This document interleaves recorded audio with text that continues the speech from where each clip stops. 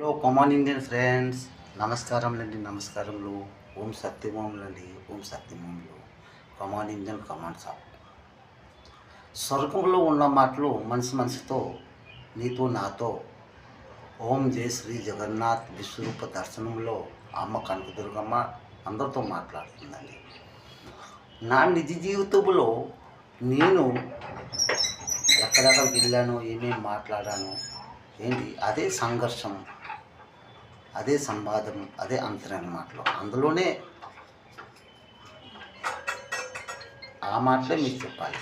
చెప్తే మీకు అర్థమవుతుంది ఈ కలియుగం కథమైంది, మన ఓం సత్యయుగంలో వచ్చామని. సత్యం మీరు అర్థం చేసుకోవాలి. ఇది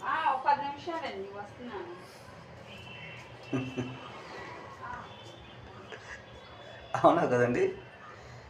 నా నిజ జీవితంలో నేను Odisha puri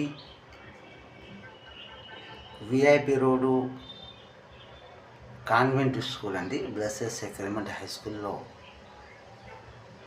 KG class UKG class 1 చదివాను. అప్పుడు కేజీ క్లాస్ యూకేజీలో నాకు ఇద్దరు బెస్ట్ క్లాస్మేట్ ఫ్రెండ్స్ అన్నమాట. మా ఇంటి వీధులు మా ఉన్నారు. అంటే స్వర్గీయ గరికిని కాసులు గారు, కౌన్సిలర్, మున్సిపాలిటీ కౌన్సిలర్ గారండి, కాంగ్రెస్ పార్టీకి. అతడు కుమారుడు గరికిన రమణ, నా బెస్ట్ ఫ్రెండ్. గరికిని కాసులు గారు అన్నయ్య గరికిన కొరలయ్య కుమారుడు గరికిన రాజు నా క్లాస్మేట్ ఫ్రెండ్. ఈ ఇద్దరు ఫ్రెండ్స్లు అన్నమాట నాకు తోడై ఉండేవారు అన్నమాట.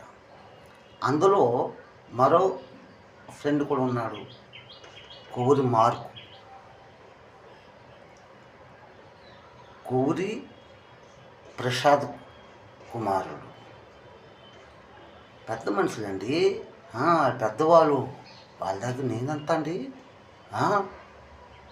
చాలా జ్ఞానోపదేశాలు వాళ్ళ దగ్గర ఉన్నాయి.